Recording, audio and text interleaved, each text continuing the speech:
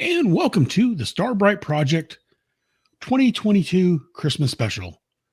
As usual, I am one of your hosts, Aaron, Brotherhead Moss, and as always, joining me, we have my wife. I'm trying to figure out, are you Michelle or are you Trina tonight? I mean, we have Michelle. Hello. Or maybe it is Trina. Who knows? Oh, and also, as usual, joining us from the very land down under, we have Mr. Hayden McQueenie. Thank you. And fair warning for all time travelers out there, it's only 363 days until last Christmas. So get shopping. And we're not alone. Well, I guess three of us isn't alone anyways, but we also have joining us a very special guest. We have Mr. Albie. Hey, Albie. Hello. Hi, how you doing? Thanks for having me on. I'm excited to be here. Always long-time listener, first-time guest. Always glad to have you. And when you were on one other episode, you didn't say anything. True. I was in the background. We just haven't released it yet. It's getting timey-wimey, wibbly-wobbly. Oh. But yes, we've been silent for a little while trying to figure out the new game plan with the new series that's out and how we're working that with everything else. But we're coming out to you guys with a Christmas special. We've done one once before where we looked at Little Miracle. We're looking yes, at thank crap you. tonight too, by the way. But tonight we're going to be looking at the Quantum Leap comic. This is issue 3 of the Quantum Leap comic book. Quantum Leap comic book. I think they were released by Innovation, weren't they? Yes, it was Innovation. It was 13 episodes before they canceled it. 13 issues before they canceled it. This had 2 different stories in it. Again, it was from Innovation Comics. The first story was called He Knows If You've Been Bad or Good, written by John Holland, illustrated by Andy Price, letterer Vicky Williams. The colorist is Scott Rockwell, editor George Broderick Jr., and of course, created by Donald Belisario. Sorry, Donald.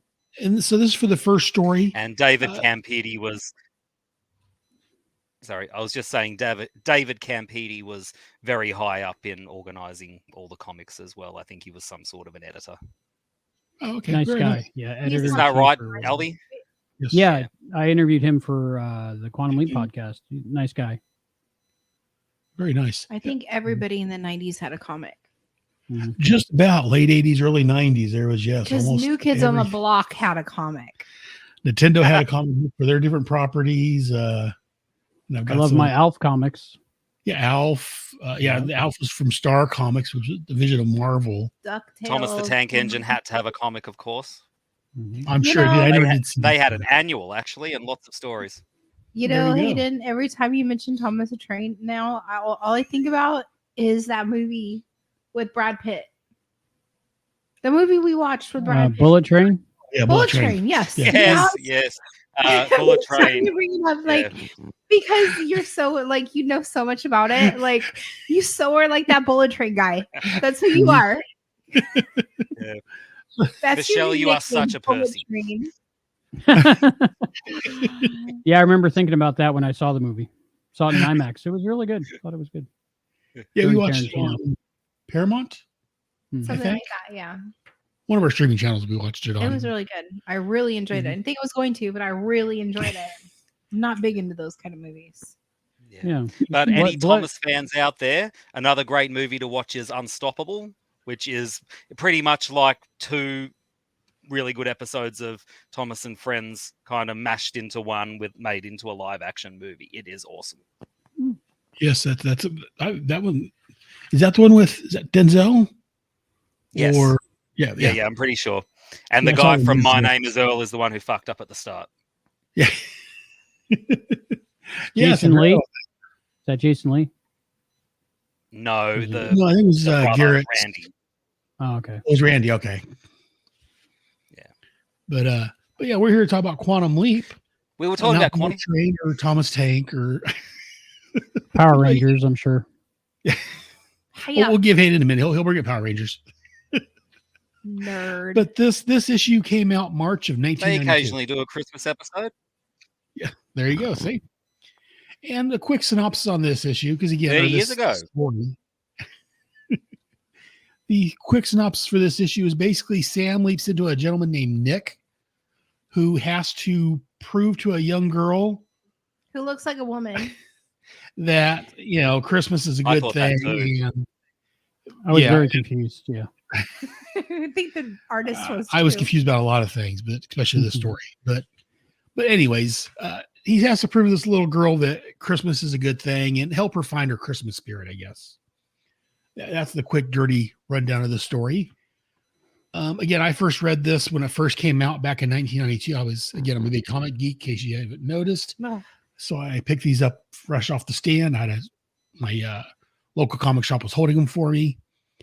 I know, Michelle, this is your first time yep. and last time reading it. Yep. Hayden, when did you first read this She's story? going to Did cut you them buy up soon to make some cups. We already know that, don't you? I don't even know if that's worthy of a cup. Like, I didn't even look like Dean Stockwell. He looked like something out of like Yeah. a mafia movie. Yeah. horrible. Actually, I was going to ask this. I think that Aaron and Albie are the comic book nuts here. I'm only a really casual reader of them. But is it common to have like different artwork between the cover and the actual contents of Yeah. the comic? It Okay. depends on Cover the art is totally license. separate. Yeah. And I've talked about this over my G.I. Joe show. Sometimes depends on the license. Sometimes they're licensed and they can't have. Sometimes if the license isn't right, or they may not have paid for having the character on the cover, so the character on the cover may not look like the actual character if it's based on a real person. But then the inside story usually is. So it all depends on the artist, and you'll have different looks from the characters from issue to issue if they don't have like a permanent art team. Where this one here looks like there's different artists on the book. Mhm. So you're going to have different looks throughout each issue, Yeah, Mhm. between the two stories. and even in between the two stories in this book, there was different artists. So you got different looks in the book. Yeah, and the cover artist had the same amount of time to do the cover as the other guy had to do each story, so that's why the cover is so much better. Do you have the prints of the covers? I think I have the print of this cover in that print set, right? I don't know. I didn't win in the competition. You disqualified me when I became part of the crew. Otherwise, I would have. I think so, yeah. They're still out there. They're pretty nice quality. They're good artwork, whoever that guy was C Yeah. something F. In C. fact, I've got Winston the Taylor, cover. isn't it? That's it. That's C. it. Yeah. Taylor. Good prints. Yeah. I've got Well, the cover on the screen for people watching. Yeah. Well, I think anyone who is watching at the moment can see the stark difference between the cover art and the artwork that we've got in the comic book. And I don't know if I really appreciate that because it's really misleading for the people who are buying the comic book. Like, I want to read something or look at something that looks as professional as it appears on the cover, and then open up something that looks like a child It's could like have the done it. Wish catalog You know, for so- Quantum Leap comics. And they may not When you have order had the Quantum Leap license- from Wish, yeah. Exactly. they may not have had the license to do Dean's image. Oh, actually, they did. David and also the editor of this episode did tell us that they did have the licensing, and they actually said that was really the only stipulation that they had for the artists, that whatever they drew had to look like Scott and Dean, simply because they actually did pay for the licenses. So it's just really the fault of whoever drew them that Al looks so damn ugly That in this one. guy should have been shook hand. Well, look, Yeah, to the give scene- him his due, there were a lot of fun little things in it. I loved all the Christmas decorations that were like bordering each Yeah, I page. noticed those. I Those were loved nice. the stocking, all the presents for everyone in the Quantum Leap crew. It's a shame that they cut off, half of one of the rows of them. But anyone who does want to see them all in full, they did reprint them at the request of a reader who wanted to see them all. So in a later comic, you can actually see them all. My favorite bits are obviously Al's got to have a Playboy in his stocking. And it's heartbreaking seeing Sam's stocking completely empty, and also Donna's having a book that's called Absent Husbands. So at least whoever did actually do this knew the show. And another thing that I like is they tried to follow Quantum Leap lore quite well as well. Like, they did make it known that, you know, little kids are going to be able to see Sam and Al, and they made it known that supernatural beings are going to be able to see Sam and Al. And it also followed the same sort of convention that they'd had in the show, where if there's the possibility of a supernatural being being around, then in the universe that being actually does exist. So I was actually quite pleased that they did try and follow the Quantum Leap canon as well as they could. It's a cute story, a little bit unrealistic, to be honest. Not even if you get rid of the part that Santa Claus is real in this universe. And he lives in an apartment building. You know, the young girl has a point. Yeah, the young girl has a point, though. It does seem like the father is, you know, going to help everyone except his family. You know, why wouldn't the girl feel neglected and not have any Christmas spirit then, when, you know, everyone else is a priority in her mind except her? Yeah, that kind of bothered me about this story, but I guess the dad was going through some kind of trauma, having lost his wife 2 years ago, so he was working through the trauma or ignoring the trauma by just working all the time. But I think it was that he should have been spending more time with his daughter and less time at work. That's for sure. Yeah. Michelle, I'm just trying to look for the stockings that are in the comic. Oh yeah, I just found them. I didn't see them when I just reread it. Yeah, what page are they on?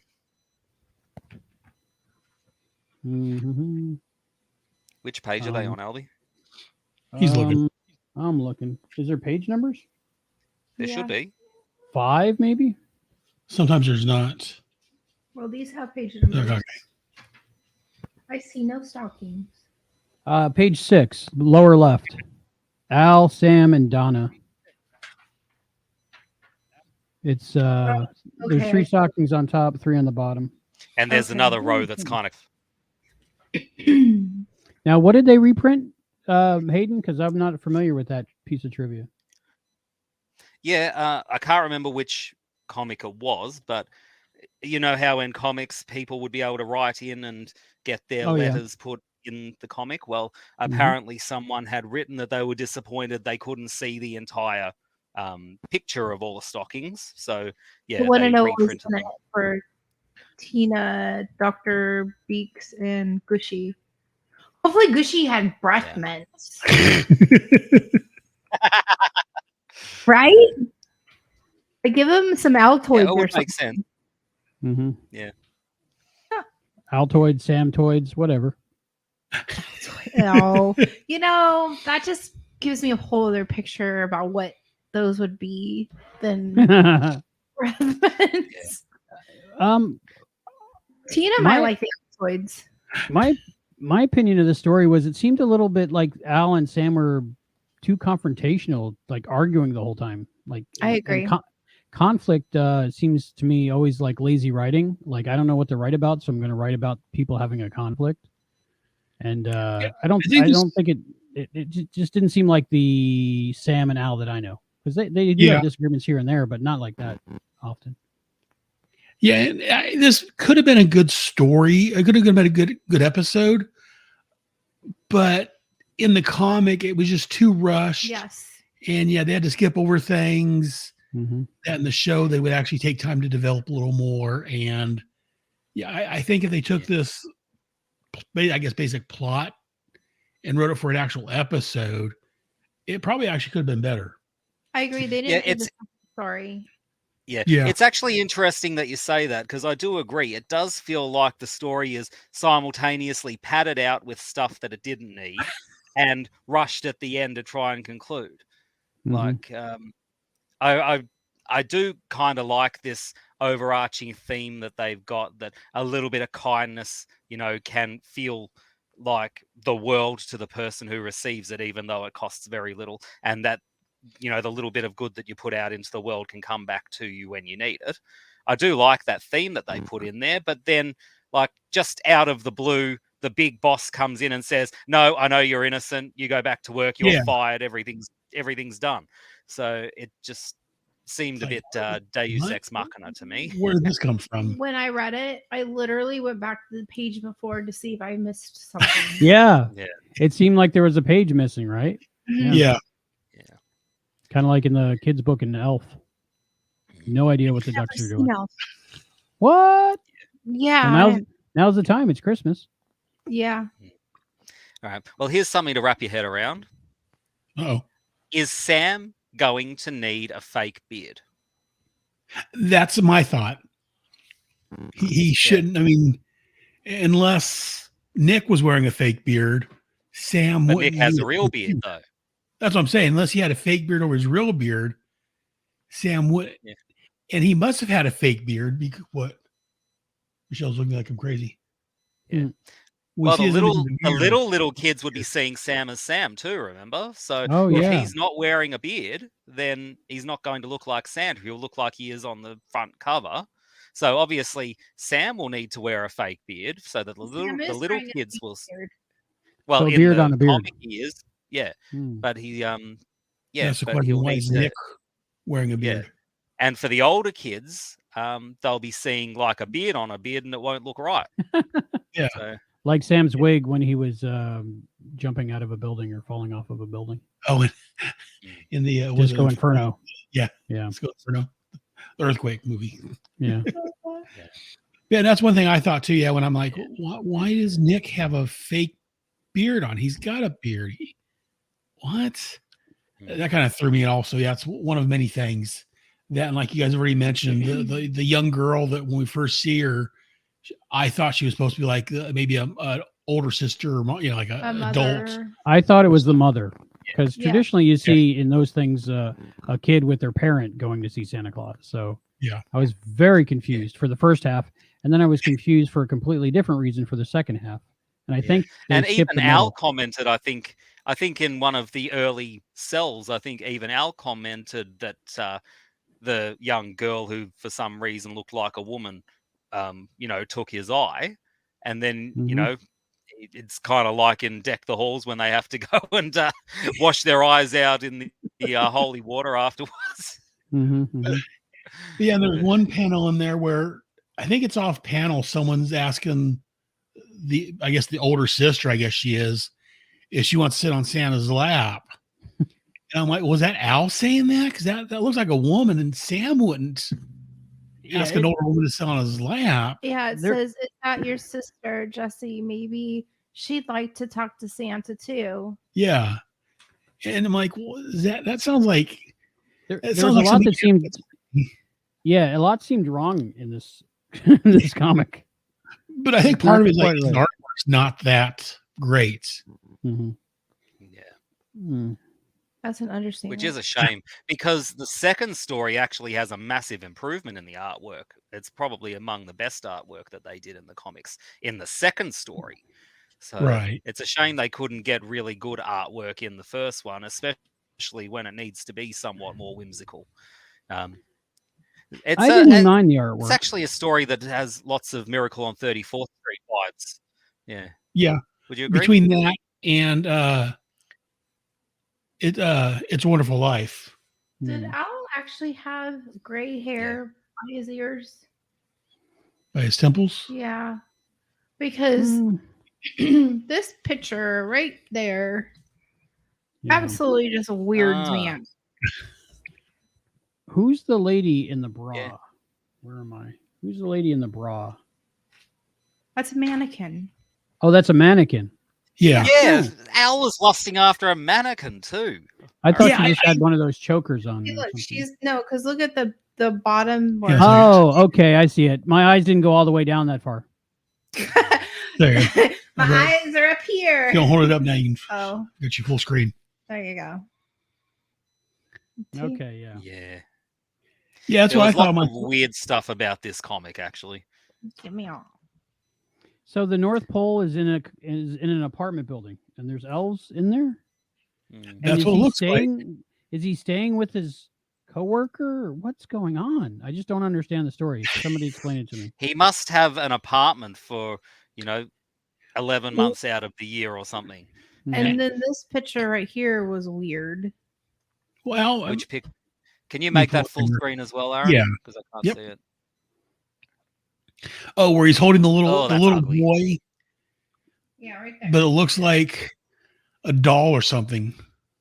Was that the younger Yeah. brother of the older sister that we thought was the mom? I think so. yeah. Okay. I believe so. Yeah, that's what Michelle's like. She asked, "Would you ask about that?" What is that? Yeah. What is that? He's in front of Sam. Like, what is I'm he like, I think that's the little holding? brother.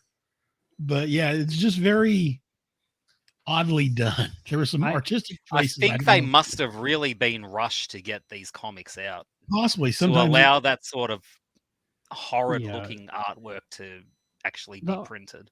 The artwork didn't bother me. The story is just not good, I'm going to say, in my opinion. But it was like they were counting on the cover to sell it, and they didn't really care what was inside because it didn't really Right. make sense. Well, I thought Yeah. the story had good points. I just thought it needed better execution in parts. Yeah. What were the but- good points?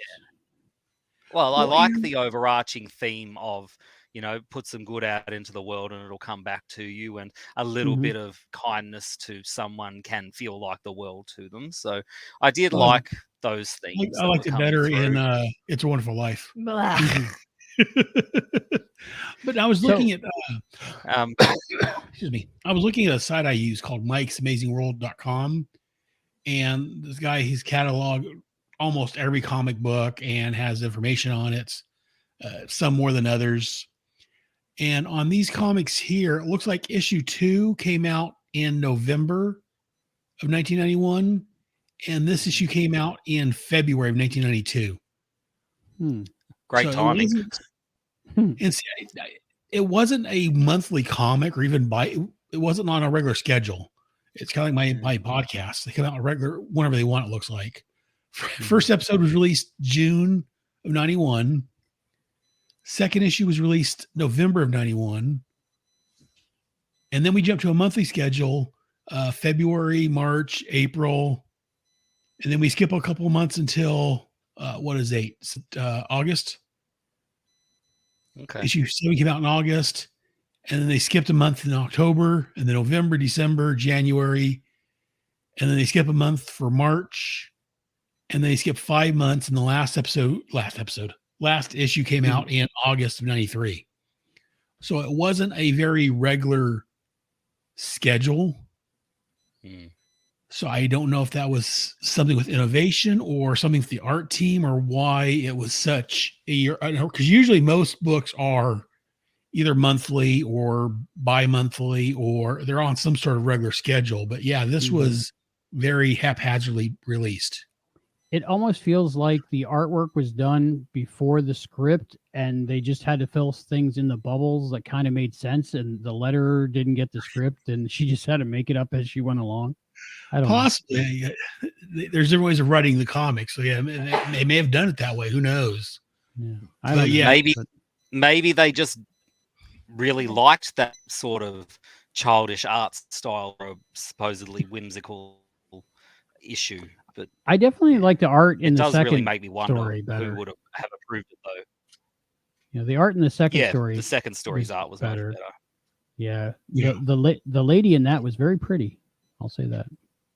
I like her Yeah. outfit. and I and will- she looked like an adult, and she Yeah. wasn't compared to. Yeah. Although Sister, she which supposedly, although she was supposedly Asian, and I didn't pick up on that until they actually stated it. I Yeah. read that line and I kept looking at her and I didn't see anything Asian. So I was confused on that too. It was, Yeah, there's a couple pounds you can kind of see an Asian tilt to it, I guess. maybe. Oh, maybe that's the right phrase to use. Yeah. But It's like, wow. Yeah. I will Maybe say, that might have been a good one to do in sort of an anime or a manga style sort of artwork. I will say at least they have Al dressed with a Christmas shirt and a star bolo tie. Yeah, that was cool. First one, like to me, that could be something that Al could wear, but it still wasn't flashy enough for me. Well, I did really like his Christmas tree sort of outfit as well. Mhm. Christmas tree. In fact, I The- think that some of the kids were That's saying, true. "Oh, is the Christmas tree guy your friend?" or something like that. Yeah. Well, that's what I was talking about. That's the shirt I'm talking about with the Oh, star below tie. But I feel like his pants and stuff, like he could have had a jacket or something to go with it that would have been over the top. It was Christmassy, but not owl enough for me. Well, Al Well- actually, or Dean Stockwell couldn't really wear a lot of green on the show because he had to do so much work on green screen. Yeah. So it's actually nice seeing him in some green. I think really the only green we might have seen him in was the stop sign jacket. And that was a different shade of green that obviously wouldn't be picked up by the green screen. So, Right. That was awesome. I don't know. I think either story would have been better if they just picked one and expanded it. Went full length instead Yeah, of I agree. Yeah. Yeah. Seen more because I like the idea of him being framed, but it was like a really quick. Okay, you're going to jail, but then they saved him. It'd be like if I was reading Grayson a bedtime story and skipped like 5 pages so he could go to bed early. Well, even the neighbors showing up that quickly didn't really bother me. It was more like I think it was Albie was saying earlier, the owner of the store showing up and saying, "Oh no, I believe you," and yeah, you're fired because I don't believe you. Just out of nowhere for some reason he believes the guy. Again, yes, the guy's a hardworking man, but if he was stealing from him, he would also appear to be a hardworking man. So, And I just realized something. Yeah. Al is in the I really toy think that they. than he is in the actual Christmas. yeah, He's not wearing the Christmas a shirt. lot of times the covers are done independent from the actual story. I don't know how Innovation did their books, their covers. And they didn't coordinate. I'm thinking it was because they didn't have like electronic communications back then like we do now. So they probably the just all artist was sent their told work do a to cover. to the company, and then they didn't match. But Yeah, and what I'm thinking is, the artist was told, okay, well, Sam leaps into a guy who's Santa Claus. It's Christmas story. Do us a cover. And so he did the cover without actually seeing the inside artwork, and that's what we got. Shouldn't Santa be incredibly busy at this time of year? Why is he, at the apartment, piss farting around with, his so-called co-workers when the elves obviously need his help? I mean, the elves keep showing up saying, "Oi, time to go." It didn't really make sense to me much. But Yeah, no. I don't. Well, I mean, again, going back to what you said earlier, Miracle on 34th Street. I mean, Santa was.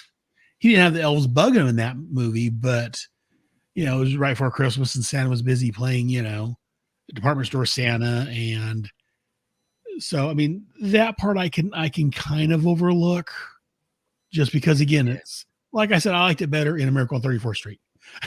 It Santa really looks pissed here. Look, yeah. give me big again.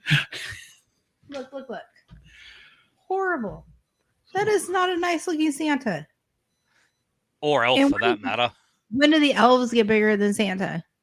Yeah. I thought the elf was Well, from like a Nintendo video game or something. Yeah, that's what I Zelda. thought. I was wondering. It's obviously it's obviously Legolas from Lord of the Rings, and he was geez. normal sized. I was thinking Link. Is Link the right person I'm thinking of? Yeah, Link. yeah, Yeah. Zelda's Legend the of Zelda. Yeah, I was wondering if he was supposed to be somebody that one elf, because he looked very, like a video game character or something that was just He's very kind of the odd. Bernard character, the one that's human sized for some reason. If this comic was made today, I would say it was completely done by artificial intelligence. That's why it makes no sense and nothing Yeah. matches. But pretty but much. it really felt like it needed to have a few extra pages to actually show Mhm. how they could prove the innocence of what was his name, Mark or something. Mhm. Was it Mark? Psh, Can't remember. But is that yeah, Ronald Reagan? they needed to actually show the process of how they proved his innocence, Yeah, it and was then Mark. I would have been a bit more invested. The other thing too, Ziggy's so effing useless in this episode or in this issue. Like, couldn't he come looking up with any crazy? information about Nick, but also couldn't come up with any information about what's actually going to happen about the framing, and surely that would have been big news. Well, and I understand why they couldn't put any information on Nick, because he's actually Santa Claus. So Yeah. like Al said, he it's like Nick didn't exist before Sam leapt in there. So that's understandable. But yeah, the rest of it, I agree. And Michelle's got a question there. Well, She wants to say it looks like Harrison Ford. a little bit. Yeah. This brings up another issue. Was the main character of the story that not Sam, but the other guy, the dad, Mark. Mark. He looked a lot like Sam. So like I was looking at the panels and reading and looking down and trying to figure out who is who and how the mom is the sister and where did the little boy go, and all of a sudden there's somebody stealing money from the company, and I'm like, I don't understand. And I thought I was maybe, like having brain damage or a stroke or something while I was reading it. So I had to reread it, and the same thing happened the second time. First time I blamed it on me. Second time I was like confused. I will say this. I thought this was a neat concept. I don't think it was executed well. You're But, folding my book up. oh, I'm sorry. The whole bullet, the gun, the barrel of the gun actually showing his reflection, even though it's kind of poorly done. I liked that there was a concept. Yeah. I was like, that could have been done really well had they had an artist that actually was an artist. But see, I'd have to ask Jared about that. I don't know if his face would reflect that well in the gun, unless it's like gold plated or something. But I did notice actually in the comics, this one included, but in the comics in general, they did try and do a lot more better stuff with the mirror shots and have it look like Al's going through more things than obviously they would have been able to do back in the show, simply because of their limitations with the special effects. So it's nice to see they actually were trying to bring some of those things in and trying to stay consistent. But like you said, everything could have been done quite a lot better. Yeah, I think better artist. And yeah, if they would have extended this Christmas issue out to be the entire issue instead of half of it, I think this could have been a better story and it could have been better done. To me, it almost feels like they had a full comic book worth of story and they just pulled pages to make it fit. Yeah. Maybe it really does. Maybe it was edited down so they could put the other story in there. Mm-hmm. Yeah. Did you like the other story? But I know Innovation did a lot of TV-based stuff. Mm-hmm. They did the Twilight Zone comic. They did Nightmare on Elm Street. Land of the Lost. They do a Land of the Lost. I missed that. I never did see that one. No, I was just sending people to Google to look for it. Okay. No, so, Chaka, no. I would have bought that one. You guys were talking about that she's Asian. In the comic, she looks like the chick from Wayne's World, the girlfriend. Right. Tia Curry. Yeah, that's who she looks like.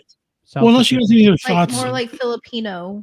Unless you guys have any thoughts on the Santa. Real quick before we go there, if you have any thoughts on the Santa Claus issue, otherwise, we'll move on to the next story, which was written by Link Yako, illustrated by Andy Price, lettered again by Vicki Williams. Colors was Scott Rockwell again. Editor was George Broderick Jr. And they had research and consultation by M.B. Stencil, which was assistant professor, UFC, and R. Winchester, telecom specialist, MIT. Who is the story editor on the Christmas story? The editor was the same guy. Okay. George Broderick Jr. was the editor. Actually, I'm pretty sure that we've had an email of his read out in one of our levels of Inception in the A Little Miracle podcast as well. Oh yeah, so maybe I think that sounds. Maybe familiar. I can source that and put it in. Yeah. But look, as for the second story, did anyone else think it was really freaking pointless? It was boring. Again, I think it suffered the same problem as the first story. They tried to do a full-length story in only half the pages, so we missed out a lot. And one thing that bugs me on page 4 of the story, where Al touches the monitor and it fizzles, and he says he actually touched a Bunsen burner. Why is there a Bunsen burner in the imaging cover? I thought the same exact thing. thing. That either. Yeah, but here's the timeline of events. Originally, in the original timeline, the girl proved her theory, which proved time travel was possible, and so Sam built his string theory and did Project Quantum Leap. All right, he leaps in, prevents the girl from coming up with her theory, and so there's this paradox that Sam shouldn't be able to be there now because he wouldn't have come up with his string theory and built Quantum Leap. And then Right. he manages to help her come up with her theory. And so Sam leaps out and continues leaping. Why did he leap in there in the first place?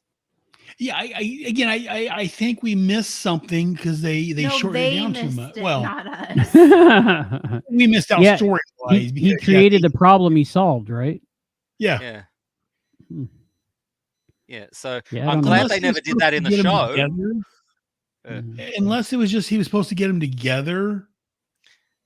Yeah, but But wasn't it the idea that they couldn't be together because the guy was too distracting and she wouldn't complete her theory?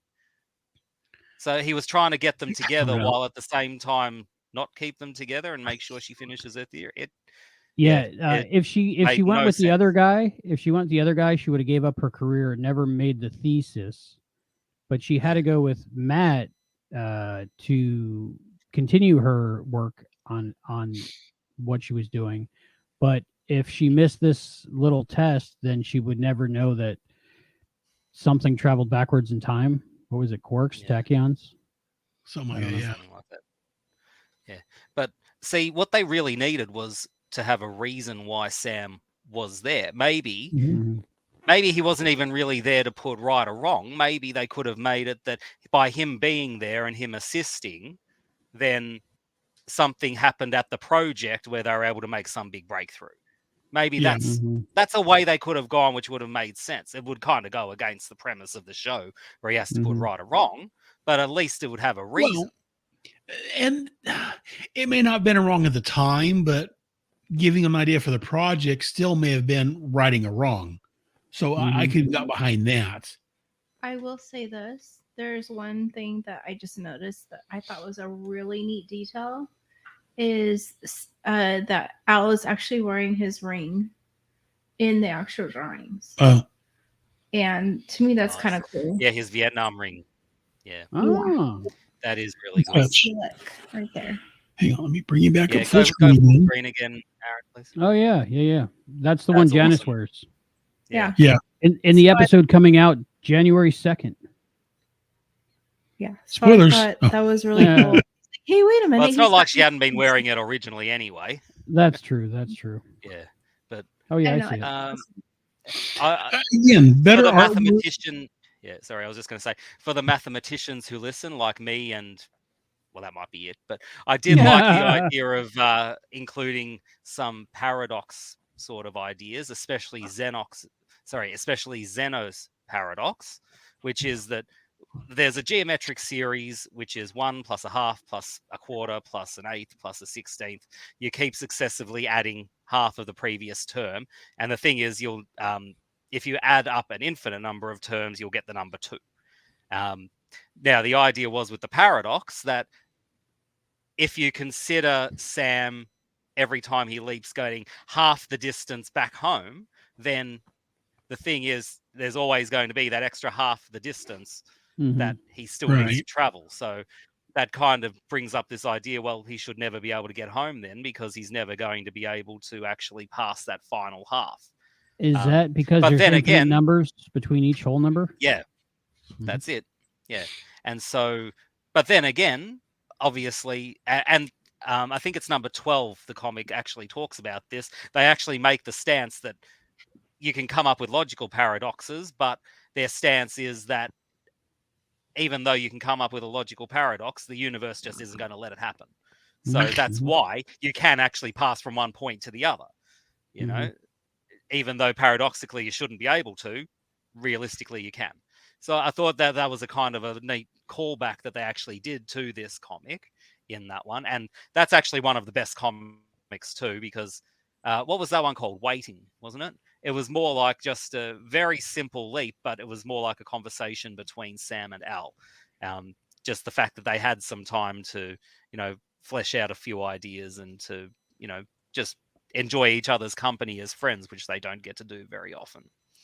So if you didn't like this comic very much, listeners and Michelle, that's definitely one worth having a look at. Did you guys notice Hang on real quick. Yeah, it was called Waiting. Yeah. Issue 12. Did you guys notice the back page where it says special thanks to colorist Chris Ballard for leaping in at the last minute and helping put right a schedule that once went wrong. So I do remember the editor telling us that they did have a lot of problems that were going on at the time. They couldn't even get a consistent artist throughout the whole series until about comic 6 or so, from what I remember. So the colorist was good. And that may be part of the problem with why they had so many delays and why it wasn't like either a monthly or bi-monthly book, because of the issues with the artist. Yeah. The And also letter why was good. there was such jarring Yeah. why there was such jarring difference between the art styles too. Hmm. And another thing I'm noticing is every time that they kiss somebody in here, when someone has their eyes open.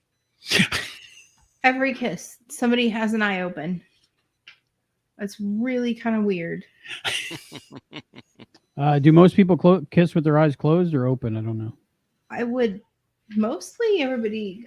I would Closed? assume, yeah, closed is like the normal. But if you look at every kiss, Those poor people, Yeah. they must be kissing people who are so butt ugly you don't want to see them. I do understand why Sam's eyes open in the first kiss, because he's like surprised what's going on. But yeah, right. after that, then she's got her eyes open. Why? I don't know. Yeah, exactly. Now you're looking at it, huh? Yeah. It's just a weird thing. The only one where their eyes are actually closed is on page 15 when he's leaping. Hmm. But maybe he closes his eyes when he leaps anyways. I don't know. But I just thought it was kind of weird. Well, see, and that's The odd things I pick up, right, Hayden? The odd things. That's why we need you here. This is why we really can't do a like show without you. and thank you for reminding me about that. That's the other issue I had with this issue, with the story. This issue you had with this issue. Let me show full screen. Is that Al in an MIT sweatshirt hoodie? Yes. Huh. I like that. Okay. You can. Yeah. I don't know. But yeah, That's weird. Maybe the artist kisses with his eyes open. I don't know. I can't focus when it's that close to my face, so maybe that's why I close my eyes. I don't know. And maybe it's hard to remember. Maybe last time I kissed somebody, Obama was president. Is that the last time you saw Hayden? No. That was my trip to Australia, yeah. But so the guy was too quiet. He didn't say anything about how he feels about the girl, it seems like, is part of why Sam was there. When Sam leapt out, are they going to be together, or is he going to be back to his nerdy, I'm too busy working to deal with her? I don't quite know if the story gave me a satisfactory ending. They never do. I've no, had a lot of times they do. Had this problem from day one when they go into the imaging chamber. The holding pen and waiting room. The holding pen and driving Miss Daisy. Thank you. Exactly. You're and creepy McCreep face. Yes. They go in there and then they come back. It's just the same. Like nothing. It might have changed for everybody else outside the holding pen. Right. But unless they've got like cameras on what's going on, or Al's like, dude, when you get back, this is what's happened. This is what's going to happen. You got to do, right.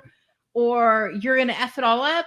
And what if the guy in the holding pen comes back, messes it up, and then you've got Sam who has to re-leap back into it and fix again what he just already fixed. And then he's going to be mad because he had to go back and fix what he had fixed. See what I'm saying? Yeah, no, it's. I'd be pretty pissed. I don't like it when my kids mess up and then I have to fix it and then they mess it up again. No. I think the guy is going to be okay with coming back to his life, and he's engaged to the beautiful woman. I mean, he's probably like, I don't remember this happening, but it's pretty good. Or what if he's like, I'm not ready to get married, and now he's got. Or what if he doesn't like women? So who knows? I don't know. Well, he's an MIT student and he's a nerd. Most of them do like women. They're just too afraid of them. Yeah, that's my story. Amen. Yeah, that's weird. I think there's a book that covers that, isn't there, Hayden? What happens when people come back into their lives after somebody, Yeah. after Sam's Written changed by our things? good friend Christopher D. Philippus. Yes. Foreknowledge. Full Why knowledge. do all these people have such really crazy last names? Well, I know that Chris is Italian, so that would be part of it. And he hates the Italian problem on Quantum Leap too. And Hayden's from Pixar, so that has something to do with Mike Wazowski. it. But yeah, no, I'm glad because I haven't read these books since 1992. Oh, wow. I don't think I've read these since I picked them up when I first got them. Can I say something? Yeah. This is the first comic I've ever read in my life all the way through, and I'm really sad. This is my first comic I've ever read all the way through. Don't judge comics by this Well, comic. try waiting I'll say now. that. I mean, I have my Dark Crystal ones and my I Labyrinth. guess we never read. proved in this case. Say that again, Hayden. Well, I guess we proved in this case that you definitely can't judge a comic by its cover because the artwork on the inside is going to be much, much worse. Yes. I think that should be the name of the episode. In fact, yeah, we may have to do some more of these. I've got to Can't see judge what a comic by its cover. But yeah, we have to look at some more of these books and see. Because yeah, I remember there being some good ones. Just this one's not so much. Yeah, I remember enjoying them. I just but- don't remember. Maybe it's because I was such a fan of Quantum Leap and I was missing the show that I enjoyed it, or actually this came out while Quantum Leap was still on. So Was it in between seasons or Against around the same Stonewall time? is another really good one as well. Yes, that's a good one. Which one? Which one? Up Against a Stone Wall. Oh, It's it's a continuation of Goodnight Dear Heart. Mhm. He leaps into Have I seen the that? woman, I can't remember her name, the redhead from Desperate Housewives. Yeah, he leaps into her. She's a lesbian, and it's about stuff that goes on at the Stonewall riots. that's the one where he was the mortician. Yeah, Good Night, Dear Heart. Yeah, Yeah, Goodnight Dear Heart was, yeah. Oh, yes, I German do. We girl. just recently watched that Robert one. Duncan McNeil's in it. It's a That pretty was good a good episode. one. I liked that Yeah. one. Yeah, there was a book. Yeah. Was that? I'm sorry. That was a novel, wasn't it, Hayden? The comic book. Goodnight Dear Heart. The Oh. sequel was that the No, comic? Goodnight- Comic. Yeah, Up Okay. Against a Stone Wall is a sequel in the comics. Okay.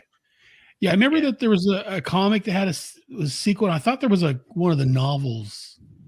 Yeah, Okay. and Pulitzer is like- the novel that's kind of like yes. a continuation of Okay. like the Leap Home. Leap Home to Vietnam. Yeah. Yeah. It's essentially the Leap Home art. Yeah, Up Against the Stonewall was issue So 9. we can definitely do some of those. Yeah, Up Against the Stonewall and Waiting are definitely comics we'll need to discuss, and Pulitzer definitely one that we need to discuss from the novels. Angel's Unaware as well. That one has Annalita the Angel and Michelle hasn't seen Teresa that. Bruckner from Another Mother. Yeah, that She was has seen that another one. really good one. Yeah, I just recently reread So that. there's book. definitely a few good ones. Yeah. Well, if you want a Christmassy sort of episode, it's not really Christmas themed, but it's got a sort of connection to it. Watch It's a Wonderful Leap. Mhm. All right, Michelle? Mhm. You have my permission to watch that one. Gee willikers, that's swell. But Yeah. I say they both could have been good stories. Mm. I think it was just rushed, and yeah, they tried to fit too much into one issue when they each should have been its own story. I think, Mm. and I think we could have had something better. Yeah. And then the art on that first Yeah. story. Well, the but- first story was unbelievable, and the second one was pointless. So they really needed Yeah. to try and avoid padding things out while at the same time rushing through them. It seems like a debacle Which is all around, quite a- except for the cover. Yeah. The cover looks good on my comic book rack, you know? that's Pull the it out best around thing. the holidays. Yeah. Best thing about this issue is the cover. Can I? But hey, they made a comic book. That's more than I ever did, right? This has nothing to do with Quantum Leap. No. Oh, Michelle wants to say something else. Just this. Did you know they're making a new Night Court? Yeah, I love it. I've seen it. It's really good. I'm so excited. Yeah, with The gal- magic they recaptured the magic. It's really good. Do they? Right on. When I was a little girl, it was past my bedtime. My mom would watch it, and I would sneak out in the hallway, and there was a reflection from a window and a mirror, and so I'd watch it through the reflection and listen through it to the hallway and watch it that way because it was a little bit adult for me when I was at that age, but. So I was like in first or second grade when it came out, but I always thought it was funny and I loved watching Bull. But yeah, this one's great. The girl from Big Bang Theory that played Bernadette, plays Harry Stone's daughter, and she's really good in it. I'm so excited. I saw a little blurb on it on Facebook right now, and I just got really excited. The first 9 episodes are already in the can, done. Oh, right on. Wow. Yeah. And the other thing that I'm looking forward to is that 90s show, which is the continuation of that 70s show. They've released a few trailers and it's looking awesome. It really feels like the next season of that 70s show. And nearly everyone's come back for it too, except for he who must not be named. Mm-hmm. So it's really great. So even Tommy Chong's coming back as Leo.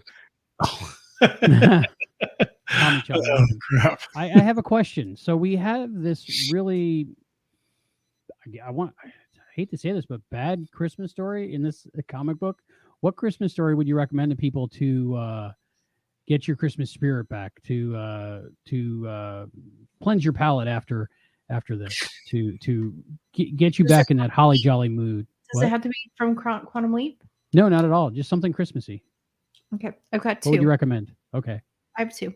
Of course, the first one that everybody's going to say is National Lampoon's Christmas Vacation. Mm-hmm. Like that is just it's just a steadfast everything movie. But my other one is Mixed Nuts. Oh, that's a good one. I don't know if love you've that. seen that. I just watched it 2 nights ago. Okay, so I'm a huge Madeline Kahn fan. Mm-hmm. Huge Madeline Kahn fan.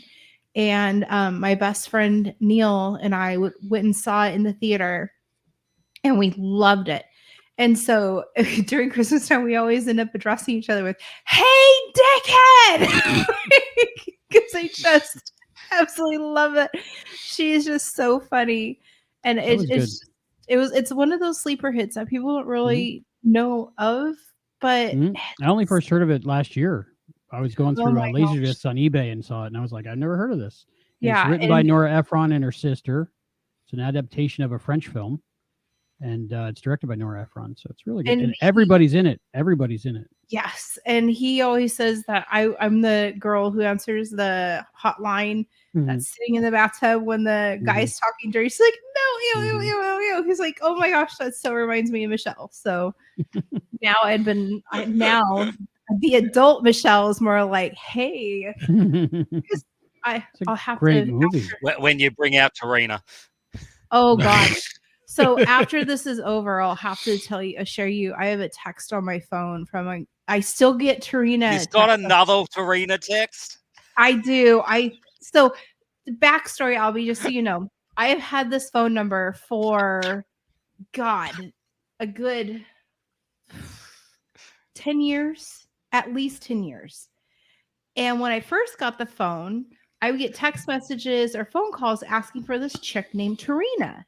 And if I went to enter in my phone number for rewards or whatever, Tarina would show up. Mm-hmm. So I've even looked to see who she was. But then I was getting phone calls and people would be like, "Hey, Tarina." I'm like, "No, sorry, you have the wrong number." They'd hang up, call me back and be like, "Hey, are you into girls? Because you sound really hot." All these crazy things. So go on. I still, to this day, get phone calls asking for Tarina, and I still get text messages asking for Tarina. So I have one. I'll have to go get my phone. I have one where I'm joking. I'm texting this person back and forth, and finally at the end, I sent a picture of Aaron as Tarina. It's hilarious, and I've saved it on my phone because it's just It's just so comical. I'll Yeah, have you'll to have to read it send to us you. the screenshots. Yeah. Oh god, it's great. All right. But anyway, to answer your question, Albie, about Christmas things to watch. All right, for any of the Quantum fans, obviously we know we've got A Little Miracle and a what is it now 9-hour long podcast to go along with it. Oh my Soon goodness. to be longer when we get into next year and have an extra interview to add. I reckon actually I'll be next year. What we're going to have to do, we're going to have to come up with a competition where we put like little keywords or little phrases or something hidden throughout the podcast so that people will actually have to listen all the way through to be able to enter. But so yeah, we've got A Little Miracle. If you're interested in something with Dean Stockwell about Christmas or Christmas like, there's an episode of an old TV show from the 70s called McCloud, and the episode is called "'Twas the Fight Before Christmas." Never heard of that's something. Yeah, that's something you might want to watch if Okay. you can find it. But if you don't care about Quantum Leap or something else, a couple of guilty pleasures I always like. Rugrats. It's called The Santa, and Chucky's shit scared of Santa Claus, so they decide they're going to set a trap for him. And there's one part where they're going around all the booby traps they've set around the cabin, and and when they get to the chimney, they're like, Chiblee, who in their right mind will go down a Chiblee? Yeah. And also the Christmas episode of Rocko's Modern Life, which is called Rocko's Modern Christmas. Another guilty pleasure of mine. So yeah, there's a couple for people to look up. They're both on Paramount Plus because the old Nickelodeon shows are on there. Mm-hmm. Yeah, so well worth looking up. All right, I'm adding those to my list. Yeah. And how about you, Aaron? I'm going to go for a couple of standards since we just read basically both these movies in this issue. Miracle on 34th Street is always a classic, and It's a Wonderful Life. The original, right? The original. Of course. Yeah. It's a Wonderful Life. I have to watch It's a Wonderful Life. No, I love the one with Matilda in it. It's watchable, but the original's better. Yeah. Yes. Actually, in Miracle on 34th Street, I reckon one of the best scenes ever done in all film is the scene of Santa with the deaf girl. Yeah. That's a beautiful scene. Oh, yeah. Yeah. Oh, when he signs to her. Mm-hmm. Yeah. I will give you that, but I'm blah. Yeah. Yeah, no, I've got to go, especially since both of these stories were basically in this issue, just not done as well because they try to combine the two stories and really shorten everything, but pad it out. And again, crappy artwork. I didn't mind the artwork, but I'd say I blame the story editor if I have to blame somebody. Yeah. If there is a blame, blame is unkind, but who's responsible for this? I don't know, but the story editor, I guess. Someone has to be voted off the island. It would be the story editor for this one. I'm sure he's done other things that are great, but just this one seemed like they didn't have enough time or something went on. Yeah, I'm sure What there was a about lot you, of Albie? behind the scenes. Mine actually ties in with that whole Santa Claus and sign language thing that takes place in this movie too, because of course Santa knows all languages, right? There's a movie. I always watch the Lifetime or Lifetime-esque holiday movies. I love them just because they're the same movie over and over and over again. The one I liked the most this year so far, it was called Snowed In.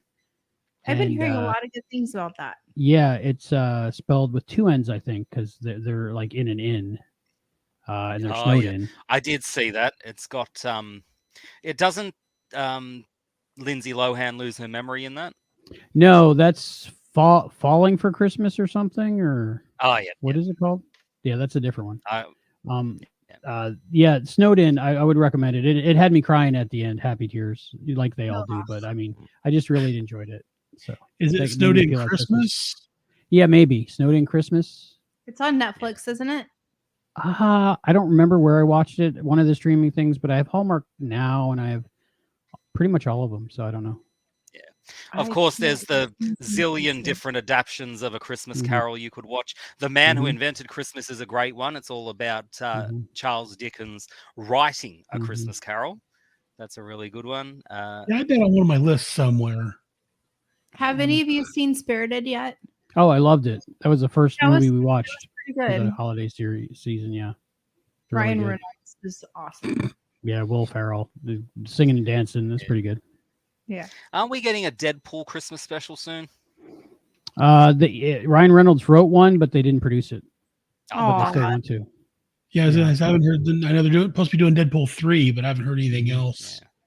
But yeah, he So wrote a whole holiday special. Have you guys seen the Disney cartoon, the what are the elves that I like? What is that one called? Prep and Landing. Prep and Landing. Have you guys Mhm. watched those? Mm-hmm. Those to me are so clever. Oh my goodness, Hayden, you'd love them. Yeah, that'd be another one. I guess I would throw. What was on it my called again? Prep and Landing. Prep. Yeah, I think I have those on Blu-ray, Okay. like the 1 and 2 Yes. set or something. Yeah.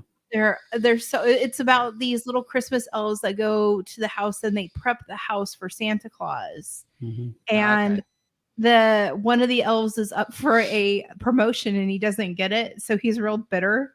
And so Well, it's real life. The guy that he trained got the promotion. yeah. And so Much like happens in real life. and Mm. you know, and there's part where he's like sitting on the chair and he's like got a Santa cookie and he's like trying to bite the Santa's head off, you know, because he's all bitter from Santa. And Mm-hmm. it's and he's training this other little elf who he knows all about this guy, and he's like, oh, you're like the main Prep and Landing guy, and it's really good. I would highly recommend it. In Nice. fact, I would love to do actually talk to you guys about it, because to me, they haven't done any really good Christmas cartoons since I was a kid. And to me, those really just are I have to watch them every year. Nice. And Grayson loves. Well, I think we've had our share of Christmas chases now, which can wash down that horrible tasting comic book. So, have we got anything else that we want to say about the comic or about Quantum Leap in general? I like Quantum Leap. I like the Tin Man. The Tin Man. It's a Christmas Story reference. Oh. But I like Quantum Leap too. This issue not so much, but not so much. And it's weird because I normally like everything, but I just couldn't like this. That's Aaron too. Huh, Hayden. Yeah, if I'm crapping on it, it's not a good story. Yeah, it's hard for me to be honest about that kind of stuff, but I couldn't find anything really good to focus on. So, well, I see, like the Pig Farmer episode. Not my favorite, but I didn't think it was a bad episode. I can't find a whole lot good to say about this issue. This picture wraps up the whole thing of the comic. That is just disgusting. That is a caricature if I ever saw one. Yes. It's so nasty looking. Yeah. He looks and Al looks so angry and evil. He looks like a Richard Nixon almost. Yeah. But the There's chest something hair, going on. just that chest hair, come on. And the nose. Oh my god. Kind of got the eyebrows right. That go down to his mouth. But I guess that's going to do it for this episode of the Starbright Project. Unless you guys have any other thoughts that you want to give out to everyone. Other than I want to wish all of our listeners, both of them, a very Merry Christmas and a Happy New Year. And again, I know the Starbright Project has been MIA for a couple months while I've been figuring out what we're doing with the new series. And it's kind of, because again, the original premise of the show was me and Michelle watching the entire show through as an index show. Michelle the first time, but then with the new series coming out, we've kind of dropped that and skipped around and let her watch. We've been leaping around. They fold up the string and the episodes are crossing over each other. Oh, and Aaron and Hayden, I have to say this. Happy 1 year anniversary, really, if you think about it. We've already done it's Christmas. This is our second Christmas. So it's been a year that we've been doing this. And I will have to say that it's actually been a lot of fun. Right. And I love the friendships that we've built through this. And I really have grown to really enjoy and look forward to our times talking. Sometimes I'm like, what else can we podcast on? Just so we can hang out with Hayden some more and like talk to everybody because it's so much fun. And Albie, thank you for joining us again. Like, thank you for having me. Thank you for inviting us on your show. I really appreciated that. Yeah, that was a blast. That was good. That made me feel like, wow, I'm with the bigwigs now. So I will have to say thank you for that and happy anniversary, guys. Thank you. And so the Starbright Project will be returning to airwaves in January. I'll be releasing the talking I'm not about sure which year, series. but January. Yeah, I'm not narrowing it down that much. I'm just saying January at some point. 31st. The Starbright Project will return. We'll be talking about the new series, Again. which, well, I haven't even released the first 4 episodes we've done, so those will be released first. And so, yeah, we'll be releasing new episodes. I've got a couple episodes of recommendations from Michelle. Now, recorded. I will say this. It's not that I don't like the new show. Don't get me wrong. I love the new show. But you guys, I guess it's kind of different for you guys because you guys have had the old show where it's so cool to see the new show come from the old show, where I'm still in the old show, loving the old show and learning the old show, that I feel like this other one's just kind of, it's there and I'm enjoying it, but it's not as nostalgic for me as it would be for all of you guys. So it's a different, like, I just want to go back to the old show. Let me watch the old show. That's what I'm in love with. Let me watch that. Where you guys have seen them all. It's a wonderful observation to watch that one. What's that? You're cutting out. Oh, we lost Hayden. Sorry, I said it's a wonderful leap. Go watch that one. And what's that one about, Hayden? Hello, can you hear me? Hello? Yeah. Can you hear me now? I was trying to think if I'd Can you hear me now? Can you hear me now? Yeah. I fell to a Verizon commercial for a minute.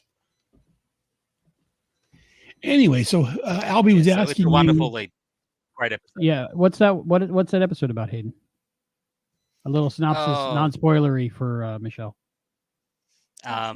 Sam is a taxi driver and he immediately leaps in while driving and runs someone over. That's the other one that ties into that. And then he puts it in reverse and does it again backwards. No, I knew that part. It's not true. Really, though? In fact, wouldn't that mess Sam up? Isn't that the same one that... No one's answering my questions. We'll put a pin in that. No! Isn't that the same one that had a young Donald Trump? Yes, you can edit that scene right back into there. Yes. It worked. Mm-hmm. Yeah. serious? And the continuation from Stephen Colbert. Yeah, that's a good one. Huh? Yeah. Michelle's like, what? Wait a minute. Sam definitely didn't complete his mission. Michelle is going to That's hit why... you if you don't put that episode on right after this. Yeah. Sam definitely didn't do what he was supposed to do because we're living in this timeline where that happened. So I blame Dr. Sam Beckett for that. He did not set right what ones went wrong. He had a chance to crash the cab into a building, but he didn't do it. Yeah. So we find out that Ziggy's a pretty shitty computer since she doesn't adjust for daylight saving. Mm-hmm. Oh my god! And of course, look out for that boxing poster. So, Michelle's like, what the hell are you guys on? Yeah. So you know anyway. you're going to go and watch it now, are you? Don't you, Aaron? I don't know. I'm so confused.